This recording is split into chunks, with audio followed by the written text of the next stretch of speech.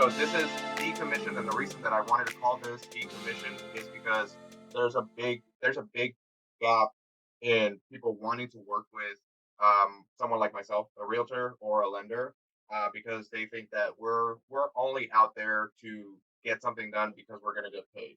And I want to divorce that mentality from actually giving people knowledge, enough knowledge to feel confident enough to go out and get something done when it comes specifically to buying or selling a home. So there's no commission in this free information that we're going to give, and we'll go through like basic scenarios. We'll get some questions from anybody that's watching, and we'll answer and get all this information out of the way.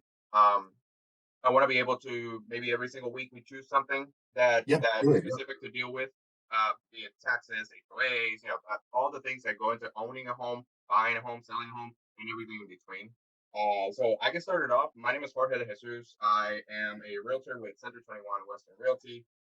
We are based in Katy, Texas. I live in Katy, Texas. I have a family of three kids and beautiful wife that we all live in Katy, Texas. I'm raising all my kids here and we love it out here. I love what I do.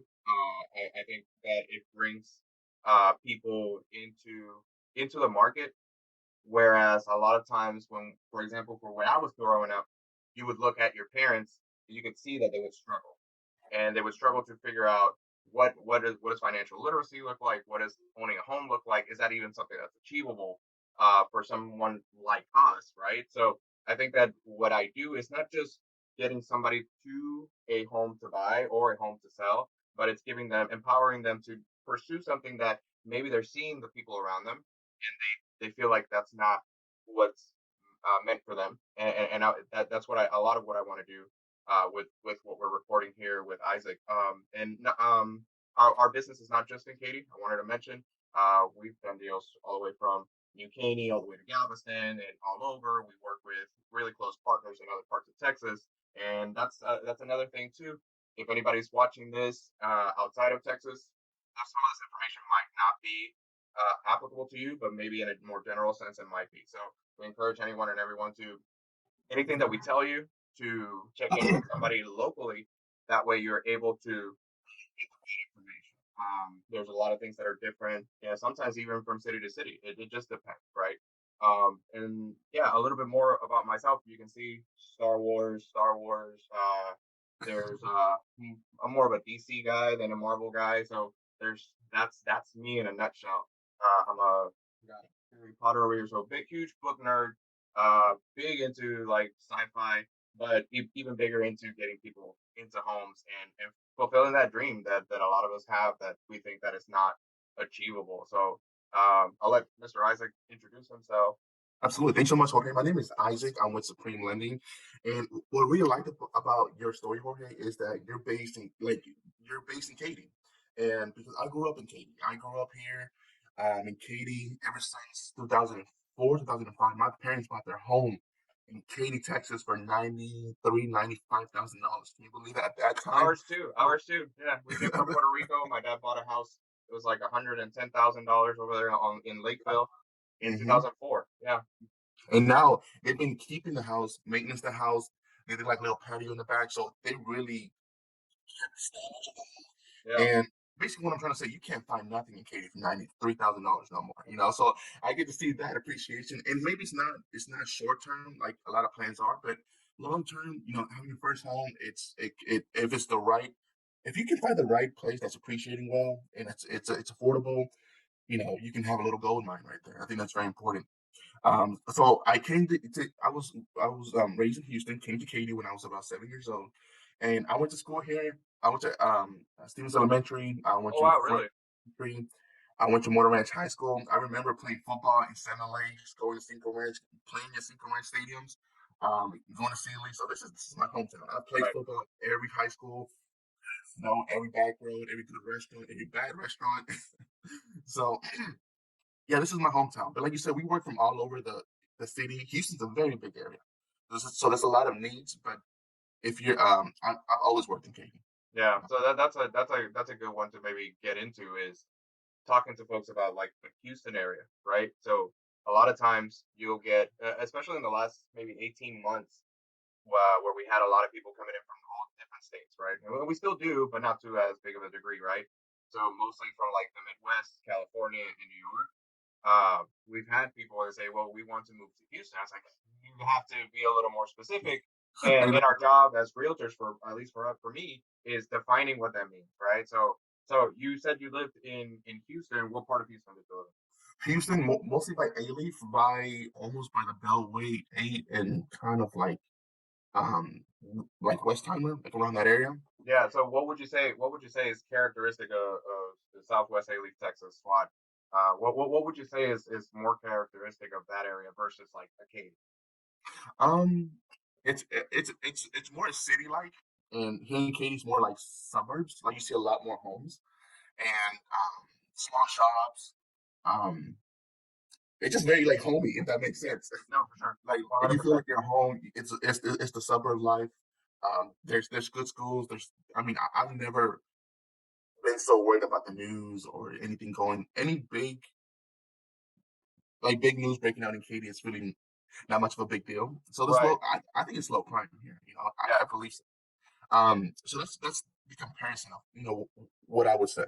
Living Yeah. from in the inner city and living in Katy. It's a Yeah. little more suburb life, a little more quiet. Um, great neighbors too. Because if you have more houses, you have neighbors. You have great neighbors here. Yeah, My and I would have, I would say that that's a fair assessment, and also, price is a huge difference too. So I think with maybe a little bit higher crime, with uh, a little higher rental ratio, right? So in A-Leaf, you have a little bit more rental homes, so the prices kind of stabilize in the 200 to 50 range. You have some Mhm. that are outliers that are a little bigger, that are not, but in general, these are the areas that you could find 150 to $300,000 homes, and a lot of times there are pockets, like we're working with a client right now together that is shopping, Mr. Benjamin, that's shopping specifically right on the outskirts of that, right? Yeah, And exactly. Hmm. all of the homes that we've seen have been under 250. If anything, maybe 260, 270. And it's not. And when we say a little bit higher crime, it's just a product of being closer to the city, right? It's not that their neighbors are going to come in there and rob them. It's just that's just a product of being closer to the city. So I'll put up a map so people can see the difference when I edit this, but it's a big difference. So whenever we're talking about an area like Katy, we're talking about at minimum you're spending a $250,000 home is maybe a two bedroom, maybe a three bedroom small home in an older part of Katy, and that's the difference, right? So you get maybe a similar product in both places, you're spending maybe 50, $60,000 more in a suburban area. So you mentioned restaurants, which is good because I come before being a real estate agent, I spent maybe the better part of a decade in restaurants. I worked No with, way. yeah, with a Landry's group. I worked in everything from busboy, waiter, bartender, manager, and that's a thing that a lot of people don't understand how big it is culturally for like the entire Houston area. And what I'd like to do, maybe in the upcoming future, maybe highlight some of those great restaurants that we have, not just in Houston, but particularly Katy. And it feels like we have something popping up every single week. They Um, have a new. I'm sorry. There's a no, no, new go ahead. House of Pies that I haven't Yes. tried. So I want Yeah. to compare that to the one The original.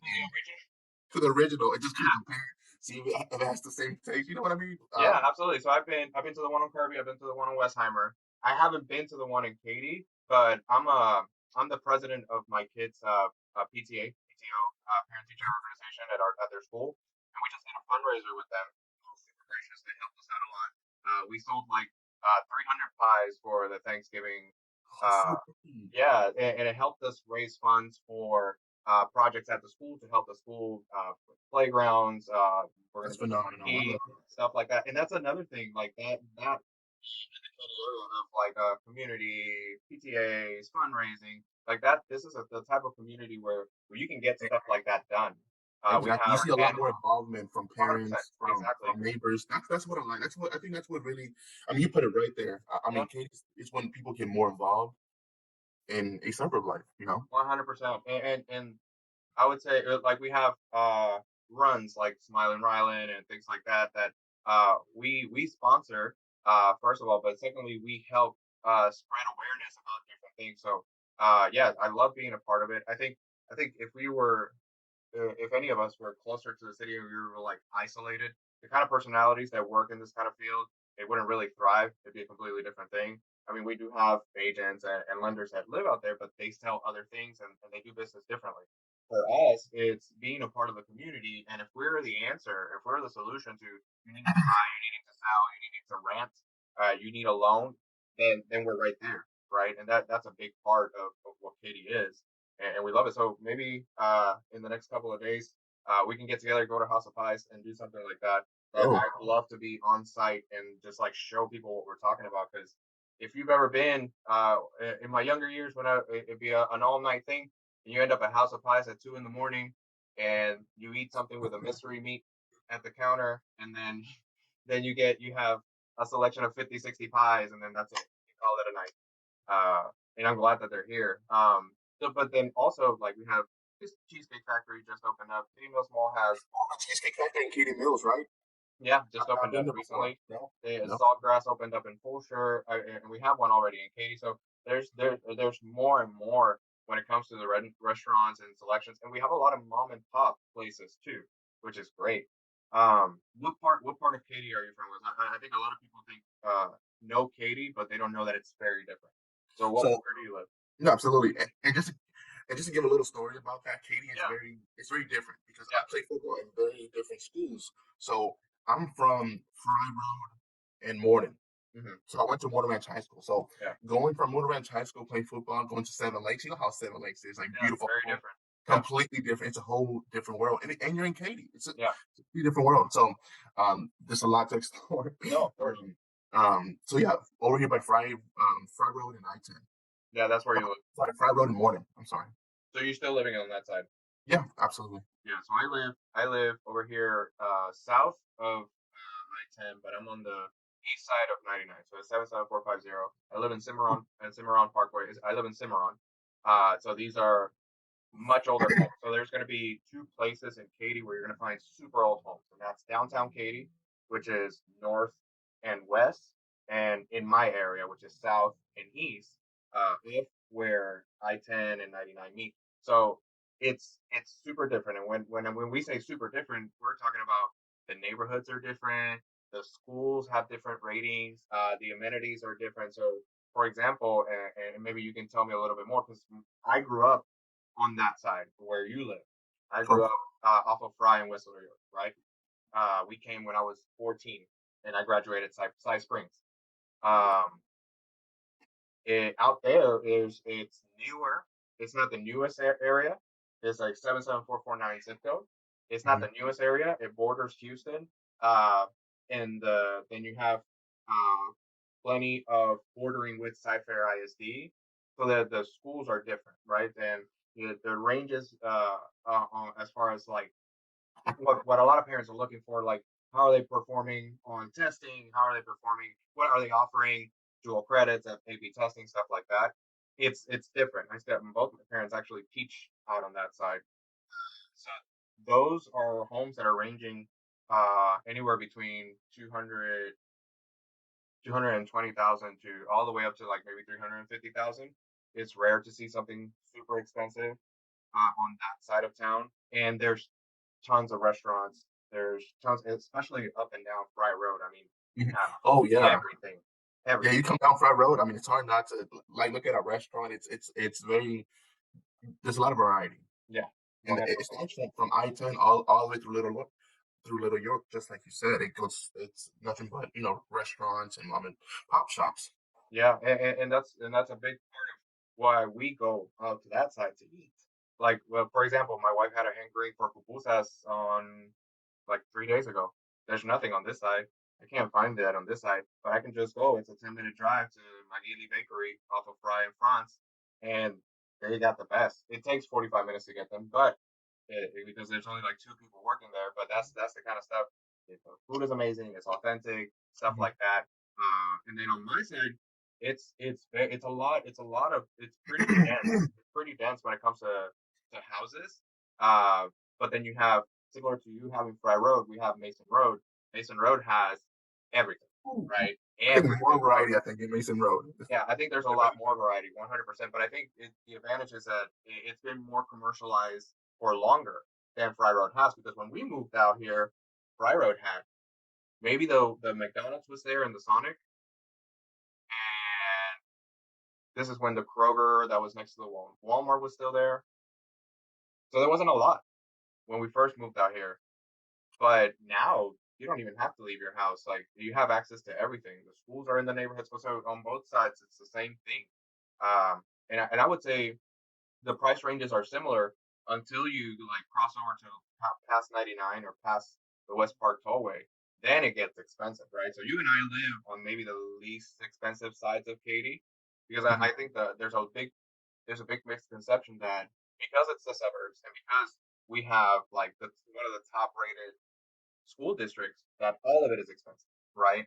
But that's only when you cross west onto Grand Park off of Grand Parkway. Then it gets a little more expensive. Your tax rates are a little bit higher, right? And there's more. There's been newer construction, and there's still new construction going on. Oh, absolutely. If you go on 99 going north, starting from I-10, right about maybe 529, if you look to your left-hand side, there's like nothing but fields and construction going on. And you see that Target being built. Yep, This stuff's that's gonna by blow up Ellison. in Yeah, 2 or 3 years. It's gonna absolutely blow up by 529 and Grand Parkway by 99. yeah. It's And all gonna blow up. to the point that you made earlier, I mean, our parents came and they bought houses under 150, right? So I wouldn't say that growth is forever. I mean, at some point there's going to be a cap, right? Like in your neighborhood or my neighborhood, there's going to be a Oh, I cap. think There's so going to be too. some Yeah. a little slow appreciation, a little bit, but in these newer neighborhoods and these newer areas, there's a starting point. And maybe right now, as of the time that we're recording this, you're not going to see a huge boom in appreciation in the value of your homes. But I think the last 18 months was a good example of if you're not in the market, if you're not actually owning a home, then you can't time when to buy to get that appreciation and then sell. You have to be in it, right? So these new construction homes that they're building, which on average we're talking about between 300 and $600,000. Who's to say that uh, 15 years from now you're not gonna have gained 60, 70, $100,000 in equity? I know people. So this is 77493, where Old Town Katy is. Behind there, there's a couple of newer communities, 2009, 11, 12, 13, 14 built. Um, those are the ones that won the last 18 months. I have a client who's selling their home in Ventana Lakes. And Ventana Lakes has a Perry side and a DR Horton side. The Perry side is the older side. They bought at around 200,000, maybe. And today they can sell, even in a down market, they can sell at 400. But most of that appreciation came in the last 18 months. That's There was, if they would have pulled out or never have bought, they would have been throwing away rent forever, right? So you got to get in the game regardless, and we don't know when that appreciation is going to come. Yeah, you're exactly right. I mean, you really gave me perspective because you're absolutely right. Because I mean, you can read as much as you want, but it's really hard to time things in this market or anywhere really. So it makes a good point because whether you try to time it or not, buying a home, you're not paying 100% of interest on rent no more. You're starting to own, and it's a completely different mindset, from owning to renting, Yeah, completely different mindset. And you're right. It's start now, and then because you never know the timing of when it's a good time to, cash out your equity or do a new chapter in your life, yeah, just like you said. yeah. And then there was a lot of times right now we're coming across conversations with people wanting to buy in the Katy area, but they're they bring up timing again and the timing of recent interest rate hikes. So I wanted to ask you, like, for anybody who's watching, like, what are some of the ways that we're battling those right now? Because I know a few that don't really involve a lender, but maybe you can give us some perspective on how you and your company are doing it. Yeah. So every so every day, we follow the 10-year treasury. The 10-year treasury tells us if rates are down, ups. So every day we do monitor the rates. We kind of see what the bond market is doing. I believe the last week we saw the biggest drop. think it was 0.7%. And it was a big drop. So we're starting to see rates in the six. It depends what kind of loan you're choosing, but you can definitely get a rate right now in six. Um, and another things that we're doing to be a little more proactive, we're doing educational classes about explaining about how the 2-1 buy down, and that involves a lot of communication with the client, with the lender, with the seller, and even with an agent. Because we have to explain how that works, how we're going to translate the 2-1 buy down into your contract, and Mm. explain to the sellers how these funds will be. I mean, whether they give you the funds or not, it's to your use. It's always better to explain to the seller that we're going to use these strictly for the 2-1 buy down. So can That you way tell they're us more. like if for example I bring you a contract and with somebody that you have pre-approved and we're looking at using a 2-1 buy down. Let's say we have a $250,000 home that we're under contract for, and we're trying to get that 2-1 buy down. How does that kind of work? So we will so we would need to see how much the cost of the buy down program is. Usually around that price range is gonna be about $6,500. So we would just need a sell concession of $6,500 to match that 2-1 buy down. The borrower can pay for it, but it's like defeating the purpose of it. Okay, Why so would you pay for your own? I'm sorry to interrupt you. So just to That's okay. clarify, because you and I know what this is, so anybody that doesn't, so a Yeah, seller concession can be in the middle of negotiation using your realtor. Your realtor tells the other side, "Hey, so we're gonna give you your 250, but we need the seller to give back 6,500 in concessions at closing." So that's not a check that they're writing to give to you as a buyer, put it in your pocket. It's $6,500 from that 250 that's going to come back to the lender to buy down the rates. Is that accurate? exactly right. Right. Okay. So then we get that in writing, and then what happens? And then we can apply that towards the 2-1 buy down. And really how that works is that you're okay, let's just say we're starting in an interest rate of 7%. I'm just gonna throw a number out there, 7%. So on a 2-1 buy down is that your starting interest rate is gonna be 7%. So the first 2 years of owning a home, you get to have a little bit of affordability. So the seller can supply you with $6,500. They will be subsidizing the payments for the 7%, which reduces your interest rate to 5% your first year, 6% the second year, and by the third year, you're back to your 7%. So it's not that you're actually buying down your rate; it's just that you have a 7%, but the sellers are giving you funds. Those funds will go to your escrow account, and they will subsidize those payments um, to complete your full payment of 7%. Okay. And this is just for the first 2 years. You're getting five, then six, and then it goes to the regular seven. Exactly, Okay. exactly, and excuse me. Yeah. In the event that you do refinance within a year, Hmm. the surplus of using the 2-1 buy down. So let's just say you refinance, there's a surplus of, let's just say, $4,500. Hmm. Those $4,500 can be applied towards principal reduction. Hmm. So in about a year from now, let's just say rates come back down, you can refinance. Coming from a seven, you can refinance to a five, 4.5. And let's just say you have a surplus in your escrow account from the 2-1 buy down, $4,500, $4,000. That can be applied towards your principal reduction. Okay. That makes sense. So then I would have two questions that people would probably ask of this program or in buying down rates in general. So number one, what what would it look like if I'm trying to buy down on a more permanent basis, not just the first 2 years? On like the $250,000 example, is that something that you can share with us, or is that something that changes?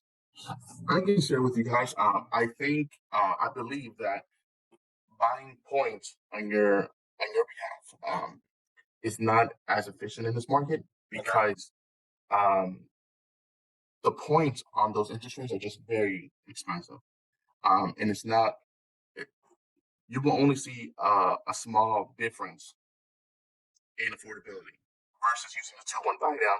And the whole purpose is to get you at a lower cost, bring bring affordability down from from no from from other people's funds, not from the borrower, but from the seller, for example, or the Right. lender. Or that's the whole purpose. But to buy down points, um, it's a really case by case. But I would strongly suggest a 2-1 buy down because the sellers are helping out with that. Gotcha. So that it would be more effective because it would cost way more. to do Yes. to do a straight up buy down. Yes, Okay. and if we do buy down points, yes, you're gonna get a lower interest rate, but the cost of breaking even is gonna be longer than a year or 2 years. Right. So then, You know, and just to break it down to people, so yes, it's going to depend on what your intentions are for the home. exactly, If this exactly. is your 5 year home, and then you're saving up equity to get into the next one, or 3 years, or this, then yeah, a 2-1 buy down would make sense. If you want to buy down points, this has to be a 15-20 year home that you're never going to leave. Yeah, they just say like it's like your dream home. They just say you're on the It has lake, to it's be your the dream dream home. Exactly. farm and lake. That's Exactly. that's Whatever the it is, reason they because I always mean, help you. Yeah, yeah, because that might be the dream home for us. Uh, that would have to be. That's the only way that would make sense to take 15, $20,000 to buy down points, because you're only getting that money back over a very very long term, and that's an important point. I'm glad you brought it up because you're you're likely going to go through at least 3 homes, at least, in your journey, especially if you're coming straight from renting. Now, if you have some help, then maybe you can skip over the first one. But there's no way that you go from renting. Usually, there's no way, I should say, that you go from renting to your dream home. And then in times like right now, where interest rates were going up, we've had some correction now. It would make sense to have that 2 years. So then, I guess the other question is, and we can close with this, at the end of those 2 years, right? Let's say, what would it be? It'd be 2024. It'd be November 2024, right? So November 2024, that puts us uh, at the beginning of a new administration. And I don't mean to get political, uh, but oftentimes we'll see a change depending on what change is made, absolutely. in the presidency. So sometimes, depending on what kind of change we see, maybe we'll see a drop, maybe we won't. So it might be a good time to refinance there. But then the question becomes, okay, is the 2-1 saving me enough to make sense for the cost of the refinance? And I don't know if you've had anybody ask you that. No, I never had somebody ask me that. That's a very great question. So your question was, is a 2-1 buy down gonna save you enough? Yeah, for the cost of what it would take me to refinance. Um, for that long, because by 2024 you're going into well, I'm gonna just say we're buying right now. I'm in December, Mhm. almost. Right. So you're going into your second year in 2024. So if you think about refinancing around that time, I would suggest doing a 3-1 buy down. Hmm. Because a 3-1 would reduce your interest rate 3 points. Sorry, 3% the first year. So if we talk about 7%, you'll be getting 4% your first year, Okay. 4%, 5% the second year, 6% the third year, and on the fourth year, you're back to your 7%. So that gives you a little more, much more affordability in the first 3 years. So I think that would it depends when the refinance is depending on refinancing. But if you're thinking about 2024, then we can extend that 3-2-1 buy a little longer, so you can um, keep that affordability until you refinance. So how, in the $250,000 example, about how much would it, when seller concessions, would you need for a 3-1? 3-2-1, I would say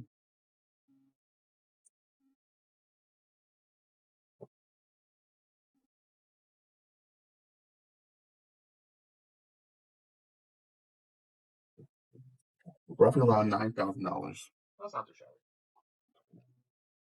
And that covers you 3 years of having a 4, a 5, and a 6, and then jumping Mhm. into 7. Yeah. Unless that, and hopefully that what we're hoping is that in the next 18 months the market picks back up, right? So in 24 months, so maybe you can sell instead of refinancing. That way you've enjoyed that interest payment. So maybe, I'm sure there's a few details that we're not covering right now that goes into this, because we would probably have to have an escrow agent or somebody else come into this conversation. But from what it sounds like, if this is a 3-year home, right, that you're jumping from your starter home into the next one, and maybe your dream home, if you bought at the right price, then you're going to have enough equity in 3 years. You're going to have paid. You're not going to have paid 7% in interest. And if the market's on an upswing, you're going to have much more equity than you would have calculated. And I think for me, my job is to make sure that it's not to predict the future. Not for neither one of us is to predict the future, but our job is that you're buying at the right price, right? So if you're buying right now, we are successfully getting people. So prices have come down maybe 15%, 20% from the highs, right? Which that was equity that was made up, right? It was just inflation. It was due to the market. Prices were getting squeezed to the top because there was a lot of demand and not enough supply. Those have come down 20%, and on average, we're getting another 15 to 20% reduction plus concessions. Now, concessions aren't huge. We're talking $5,000, $4,000, not a whole lot. But with some of our clients, we're getting both, and even with new construction too, so they're negotiable too, because they need to get all the stuff off their books to move on to like the next section, the next community, the next stuff. So right now is a great time to wheel and deal and make some deals happen. And with a 2-1, 3-1 buy down, enjoy the benefits of that up until it's time to buy the next one, assuming that it's a 3-year home. If it's a 15-year home, then there's other options, but or if it's the forever home, obviously there's some other options. But yeah, no, I think that's great information. That's good to know, especially with a lot of people being afraid of what's happening out there. Plus, I just want to mention this because many people possibly don't know. And someone asked me this question. They asked me this question probably, believe it or not, the first time I've heard this question, but it's definitely possible, But somebody asked me because we were going options with this client, and, whether to do the 2-1 buy down, because we're trying to get a bag of affordability to this client, and so we were going with options about the 2-1 buy down and down payment assistance. And he asked me, "Hey Isaac, would it be okay? Can this be possible to get down payment assistance, right, and get seller concessions? Because we already agreed on the seller concessions, we're going to get that. So I told him it's definitely possible to use down payment assistance and get seller concessions. Maybe not a whole lot, right? Like you said, what happened? Maybe I mean $3,000, $4,000 can go a long way. So Yeah. I having this young gentleman, 20 years old, buying his $300,000 home Wow. for $3,200. Wow. That's awesome. $3,200 for a $300,000 home, That's perfect. And you know what? Seller concessions are strong. and appreciated for 315. I'm not to get a lot of info. You don't know his Oh yeah, name of course, or of course. property, but appreciated for 315. So he's getting equity buying a home for $3,200. Yeah. 20 years old. And if you have the right So team proud helping of him. you, that's how it works most of the time. It's just about crafting the right offer and knowing what your options are. So yeah, no, that's a great. That's wow, that's really good. And everybody's different because every situation is different. Maybe you're getting divorced. Maybe you're just coming back from college. Maybe you just graduated college. Maybe you're trying to rent it. Maybe you're tired of living at home. Everybody's completely different. So I know these scenarios might sound like a whole different language, but if somebody has any questions about anything, please contact you or us, and we Yeah, can better explain to them based on your situation. Maybe you want to get a low monthly payment. yeah. Maybe you want to save on your money out of pocket at closing. There's so many ways we can save money and help you. Yeah.